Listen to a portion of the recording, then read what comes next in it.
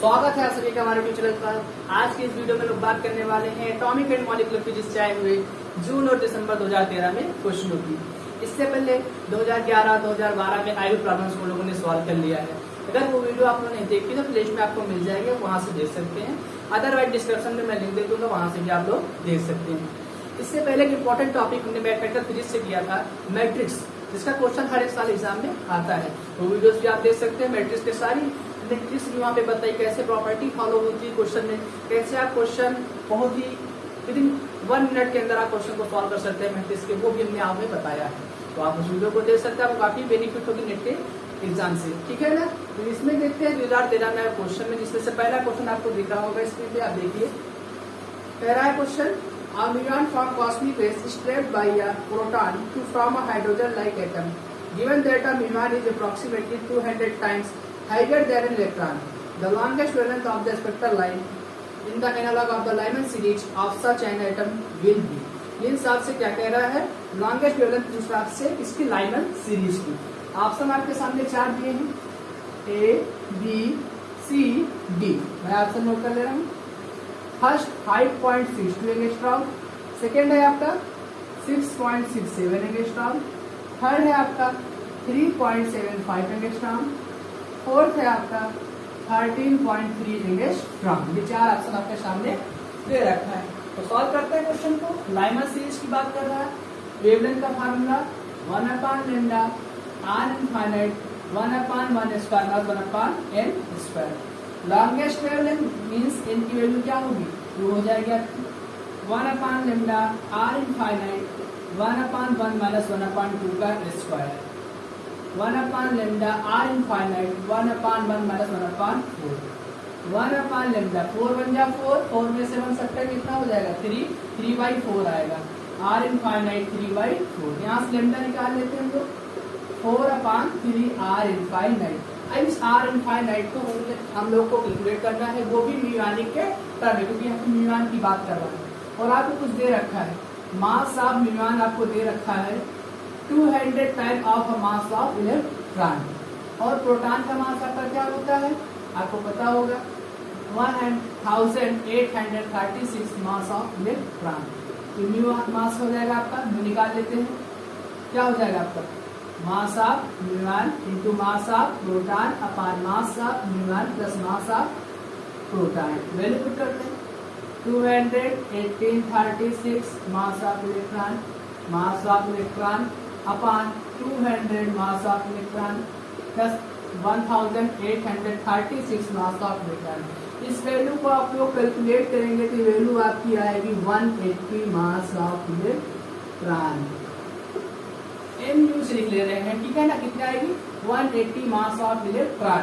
तो यहाँ पर जो r इनफाइनाइट की वैल्यू है, तो r म्यू की वैल्यू रिप्लेस हो जाएगी 180 r इनफाइनाइट से रिप्लेस हो जाएगी। यहाँ पर हम लोग क्या लिखेंगे 180 r इनफाइनाइट। रख सकते हैं value lambda equal to 4/3 r infinite को लिखते हैं 180 r इनफाइनाइट। अब यहाँ पे देखिए r की वैल्यू आपको पता है, r क्या है आपका रिबर कांस्टेंट है। रिबर कांस्टेंट की वैल्यू आपको पता है 1.09 इंटू 10⁷ मीटर इनवर्स। तो आप यहाँ पे वैल्यू पुट करेंगे तो आपकी जो वेवलेंथ है निकल करके आपकी आ जाएगी 6.67 एंगस्ट्रॉम। मींस ऑप्शन बी आपका क्या हो जाएगा राइट आंसर। वैल्यू क्या कैलकुलेट करेंगे, आंसर आपका आ जाएगा।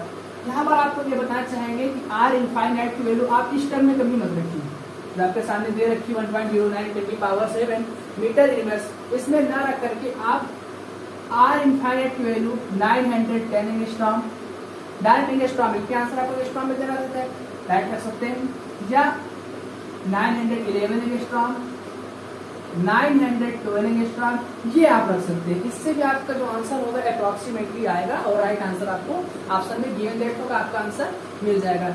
ये होता है थोड़ा सा टाइम बचाने के लिए आप ये वैल्यूज आप इस्तेमाल करेंगे। यूज कैसे करनी है आप नीचे देखिए, कौन सी टर्म से सारी वैल्यूज, कौन सी ऐसी वैल्यू जो इन टर्मों से कैलकुलेट हो जाएगी आसानी से। तो इन तीनों के अकॉर्डिंग जो वैल्यूज है आपकी, इनके अकॉर्डिंग आप वैल्यूज रखिए, कैलकुलेट कर दीजिए, आपका आंसर आ जाएगा। तो इससे भी आपका आ जाएगा और इससे जैसे चाहे आप लगा सकते हो। तो ऑप्शन भी आपका क्या हो जाएगा राइट आंसर। ये होगा क्वेश्चन नंबर का, जिसका स्क्रीनशॉट लेना जिसको लेना है। देखते हैं क्वेश्चन नंबर 2।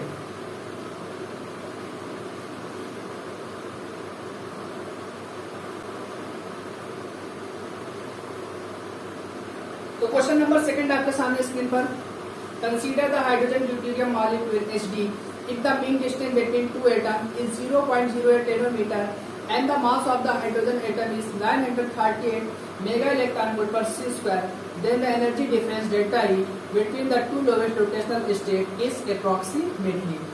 चार आपके सामने ऑप्शन है, A, B, C, D. Option लिख लेते हैं. फर्स्ट है आपका 10 की पावर -1 इलेक्ट्रॉन वोल्ट, सेकेंड 10 की पावर -2 इलेक्ट्रॉन वोल्ट, थर्ड है आपका 2 × 10 की पावर -2 इलेक्ट्रॉन वोल्ट, और डी आपका 10 की पावर -3 इलेक्ट्रॉन वोल्ट. ये चार ऑप्शन आपके सामने दे रखे हैं. मॉलिक्यूल कौन सा आपका? हाइड्रोजन ड्यूटेरियम मॉलिक्यूल की आपकी बात कर रहा है, और आपसे क्या कह रहा है? Energy difference. तो रोटेशनल स्टेट की एनर्जी आपको पता होनी चाहिए क्या होती है. रोटेशनल स्टेट आपका एक ऐसा टॉपिक है जिससे एग्जाम में क्वेश्चन आता है, तो इसको आप तैयार रखें. जो भी आपके फार्मूले हैं रोटेशनल स्ट्रक्चर से, आप उसको याद रखें. E equal h²/8π² j × j + 1. यहाँ पर एनर्जी डिफरेंस की बात करता है और कह रहा है लोवेस्ट रोटेशनल मींस 0 to 1 की बात कर रहा है. जे की वैल्यू 0 और जे की वैल्यू बार हमारी क्या होगी? 1 होगी. तो यहाँ पे 0 रखेंगे, पूरा टर्म हमारा 0 हो जाएगा क्योंकि 0 से मल्टीप्लाई होगा तो 0. 1 रखेंगे तो 1 से ही वैल्यू आएगी. डेल्टा ई हमारा क्या हो जाएगा? h²/8π² 1 × 1 + 1. Delta E equal to h²/8π² 1 × 1 1 और 1 + 1 क्या होगा? 2 2 1 जा 2 2 4 जा 8. Delta E equal h²/4π². यहाँ पर आप देखेंगे सारे टर्म आपके क्या हैं? कांस्टेंट है. इनकी वैल्यू आपको पहले से पता होगी. आपको कैलकुलेट क्या करना है? यहाँ पर आई का फार्मूला आपने पढ़ रखा होगा. तो रोटेशनल स्पेक्ट्रम आप पढ़ते हैं, रोटेशनल स्पेक्ट्रम आप पढ़ते हैं, तो वहाँ पर आपको पढ़ा जाता है moment of inertia I = μr², जहाँ पे r आपको दे रखा है क्वेश्चन में 0.08 नैनोमीटर. ठीक है ना. यहाँ से आप म्यू कैलकुलेट कर सकते हैं. म्यू क्या होगा? मास ऑफ यहाँ पे हाइड्रोजन, फिर mass of deuterium upon mass of hydrogen plus mass of deuterium. आपको पता है हाइड्रोजन का मास, आपको पता है दे रखा है क्वेश्चन में. कितना दे रखा है? आप देखिए 938 मेगा इलेक्ट्रॉन वोल्ट पर c² दे रखा है आपको. ड्यूटेरियम का जो मास होता है आपका 2/2. ड्यूटेरियम का जो मास होता है आपका वो हाइड्रोजन के मास के 2 टाइम होता है. 2 टाइम्स ऑफ मास आपका हाइड्रोजन. यहाँ पे वैल्यू पुट करेंगे. Mu equal mh 2mh mh + 2mh. आगे सॉल्व करेंगे sir. Mu equal to 2mh² upon 2 + 1 3mh. यहाँ से एक mh क्या हो जाएगा हमारा? Cancel out. Mu equal to 2/3 mass of hydrogen. ये वैल्यू उठा करके म्यू की वैल्यू हमारे पास आ गई, आर की वैल्यू उठा कर आ गई, और ये दोनों वैल्यू हमारी किसकी है? आई की है. यहाँ पर लाकर हम लोग क्या करेंगे? पुट कर देंगे और हमारा आंसर आ जाएगा. एच की वैल्यू आपकी पता है 6.6 10 की पावर -34 का होल स्क्वायर हो गया आपका. नीचे 4 आपका है. पाई की वैल्यू 3.14 का होल स्क्वायर हो जाएगी. आई की वैल्यू क्या है? μr². म्यू की वैल्यू क्या है? 2/3. मास ऑफ हाइड्रोजन पुट कर देते हैं 938 × 10 की पावर 6 मेगा इलेक्ट्रॉन वोल्ट को हमने चेंज कर दिया. ठीक है ना. इलेक्ट्रॉन वोल्ट पर c². और आगे क्या है हमारा? r². r की वैल्यू क्या है? 0.08 इंटू यहाँ पर लिखें 0.08 × 10 की पावर -9. नैनोमीटर को हमने किसने कैलकुलेट कर दिया? मीटर में कर दिया का होल स्क्वायर. सारी वैल्यू हमने उठा करके इस टर्म में पुट कर दिया. आप इसको सॉल्व करेंगे तो आपकी जो वैल्यू निकल के आएगी डेल्टा ई की अप्रोक्सीमेटली 10 की पावर -2 इलेक्ट्रॉन वोल्ट के पास आएगी. आप लोग कैलकुलेट करके देख सकते हैं. कैलकुलेशन आप कर लीजिएगा, आंसर आपका आ जाएगा 10 की पावर -2 इलेक्ट्रॉन वोल्ट. तो ऑप्शन नंबर बी आपका क्या हो जाएगा? Right answer. तो काफी इंपॉर्टेंट क्वेश्चन था ये, जो कि हमने डिस्कस किया है, और इससे क्वेश्चन लगातार हिसाब में आ रहा है. आप देखेंगे आगे भी क्वेश्चन जो भी है कि हम दिखाएंगे आपके सामने लेके आएंगे, और इससे भी आप देख सकते हैं डाउनलोड करके नेट से.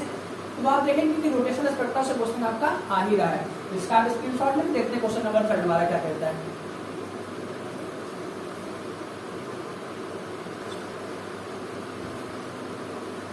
तो नेक्स्ट क्वेश्चन है आपका, देखिए sir. The electronic energy levels in a hydrogen atom are given by En equal to -13.6 ns² electron volt. If a selective excitation to the n equal to 100 levels is 2 made using a laser the maximum allowed frequency line width of the laser is.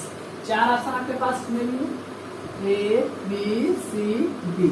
First है आपका 6.5 megahertz, second है आपका 6.5 gigahertz, third है आपका 6.5 hertz और fourth है आपका 6.5 kilo hertz. ये 4 ऑप्शन आपके सामने दे रखा है। देख सकते हैं आप क्वेश्चन आपके लिए कितना क्रिटिकल है। क्रिटिकल नहीं मीन्स आपका कैलकुलेशन चेक करना चाहता है एग्जामिनर कि आपको कितनी अच्छी कैलकुलेशन आती है। सारी वैल्यू आपकी जो न्यूमेरिकल वैल्यू है 6.5 के टर्म में दे रखा है, वैसे इसकी यूनिट जो है वो चेंज है। यहाँ पे हर्ट्ज है, यहाँ पे किलो हर्ट्ज, यहाँ पे गीगा हर्ट्ज, यहाँ पे मेगा हर्ट्ज। तो मीन्स कैलकुलेशन आपसे कराना चाहता है एग्जामिनर, कैलकुलेशन करना ही पड़ेगा क्योंकि नेट का एग्जाम है, छोटा मोटा एग्जाम है नहीं हमारा। तो सॉल्व करते मेरे साथ। En इक्वल टू कितना दे रखा है -13.6 n स्क्वायर इलेक्ट्रॉन वोल्ट आपको दे रखा है। कह रहा मैक्सिमम फ्रीक्वेंसी आपको निकालनी है लाइन विड्थ की। मैक्सिमम फ्रीक्वेंसी आप En इक्वल टू जानते हैं आपका क्या होता है h न्यू। मैक्सिमम कह रहा है तो डेल्टा E इक्वल टू क्या हो जाएगा h into delta E। Means इसका आप एक बार डेरिवेटिव करेंगे आपके पास डेल्टा E फाइंड आउट हो जाएगा। Delta En equal to -13.6 n square plus का है ऊपर जाएगा माइनस हो जाएगा। ऐसे यहाँ पे देखते हैं n स्क्वायर करना है आपको, ऊपर जाएगा -2 हो जाएगा, -2 आगे गिरता है आपका पावर जो भी होती है आगे। और स्टेप अगला क्या होता है पावर में सब्ट्रैक्ट होता है -2 -3 हो जाएगा -2 अपान n 3 तो क्या हो जाएगा -2 अपान n की पावर 3 इलेक्ट्रॉन वोल्ट। इसको जरा सा हटा देते हैं इस तरह से, ये हमारा हट जाएगा ना।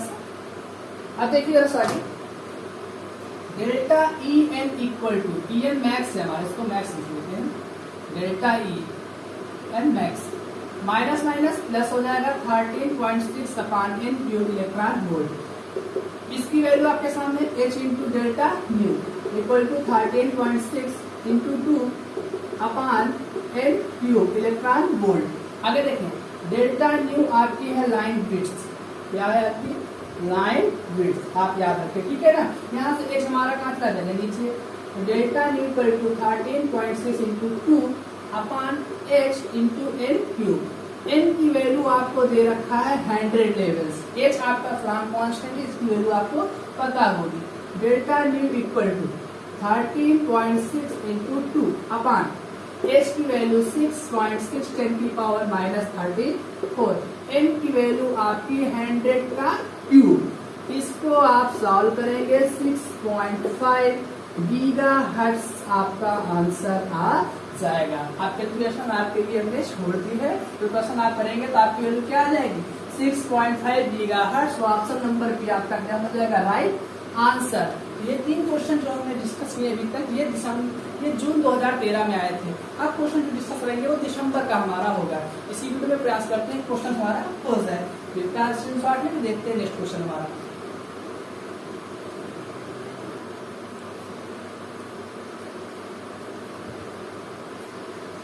तो अब नेक्स्ट क्वेश्चन है आपके सामने, देख सकते हैं स्क्रीन पे देखें आप। A permutant V permutant equal to A square is added to the hydrogen atom potential. The shift in the energy level of the 2p state when the effects of spin are neglected up to second order in is 4 option. A equal to 0 है आपका, B है आपका 2a h square plus a square h की power 4, C है आपका 2a h square, D है आपका a h का square plus 3/2 a square h की पावर 4। ये जो क्वेश्चन आपके पास डिस्कस होने जा रहा है इससे इसी वेव का क्वेश्चन लास्ट टाइम 2012 की जब हमने वीडियो सामने देखी होगी हमारी, वहां पे सॉल्व किया था इसी क्वेश्चन को। तो वहां पर भी क्वेश्चन आया होता मीन्स ये क्वेश्चन आपका बहुत ही इंपॉर्टेंट है और यहाँ पर आपका लाइक कर रहा है 5 मार्क्स के लिए। तो आप इस जो क्वेश्चन जो लगातार आप देख रहे हैं, लगातार क्वेश्चन आ रहे हैं एग्जाम में, उस क्वेश्चन पर आप ज्यादा प्रैक्टिस करें क्योंकि वो क्वेश्चन आना ही है एग्जाम में। जैसे टर्म यहाँ पे चेंज है, वैल्यू जो है चेंज है, बट क्वेश्चन उसी वेव का है। तो आप नहीं देखें तो वीडियो को जरूर देखें, काफी बेनिफिट होगा आपका एग्जाम में। तो इसको सॉल्व करते हैं। आपसे बी कंडक्टर की वैल्यू दे रखा है a स्क्वायर आपको दे रखा है। आगे कह रहा है is added to the hydrogen atom potential the shift in the energy level, the shift in the energy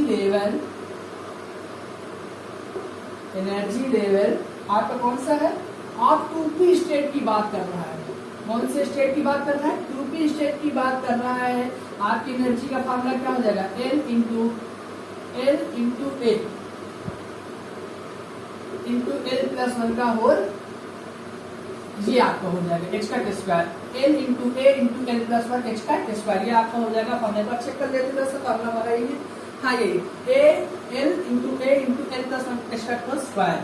आप देखिए जरा सब, यहाँ पर आपको पता हो अगर 2p स्टेट की बात कहा, यहाँ पे जो p है आपका, p के लिए L की वैल्यू p कितनी होती है, 1 होती है। याद रखिए s के लिए L की वैल्यू 0 होती है, p के लिए L की वैल्यू 1 होती है, d के लिए L की वैल्यू 2 होती है, f के लिए L की वैल्यू 3 होती है। तो बस कुछ नहीं करना है, L की वैल्यू उठा करके इस फार्मूले में पुट कर देंगे, हमारा आंसर आ जाएगा। ठीक है ना, delta equal to 1 into A into 1 plus 1 h का स्क्वायर। तो आप यहाँ पे देखिए 1 का मल्टीप्लाई करेंगे, A ही आएगा, 1 प्लस 1 क्या हो जाएगा, 2 हो जाएगा, h का स्क्वायर। रेजिस्टेंस लगाते हैं इसको, 2A h का square means option number C का राइट आंसर। ये हो गया आपका राइट आंसर। तो इस तरह के क्वेश्चन आपके एग्जाम में बहुत ही आ रहे हैं। जो क्वेश्चन डिस्कस किया वो भी काफी इंपॉर्टेंट था, और ये क्वेश्चन जो है काफी इंपॉर्टेंट था। तो इस वीडियो में इतना ही रखते हैं, नेक्स्ट वीडियो में देखेंगे, एक 2 क्वेश्चन रहेंगे वो अगली वीडियो में हमारे हो जाएंगे। तो आपको तैयारियां करते रहें अच्छे से लिख के लिए, जो भी आपके मित्र उन तक इस वीडियो को पहुंचाए, और बहुत ही अच्छी प्रिपरेशन आप करते रहें। यहाँ पर आपको एग्जाम से पहले पूरे हर एक यूनिट की जितने भी क्वेश्चन आपके एग्जाम में आ चुके हैं, हर एक एग्जाम के क्वेश्चन आपको यहाँ पे डिस्कस कराए जाएंगे, और बहुत ही अच्छी तैयारी आपकी हो जाएगी। और आप क्वेश्चन को बताइए कि क्वेश्चन में कोई प्रॉब्लम आती है तो आप हमारे व्हाट्सएप नंबर पे भी हमें कर सकते हैं मैसेज, वहाँ से आपको रिप्लाई आ जाएगा। अदरवाइज कमेंट्स में आप बता दीजिएगा, आपको सोल्यूशन मिल जाएगा। और निराश होने की बिल्कुल भी आपको आवश्यकता नहीं है, क्योंकि गीता में कहा भी गया है, निराश क्यों होता है मनुष्य, कमजोर तेरा वक्त है तू नहीं। जय श्री कृष्ण, राधे राधे।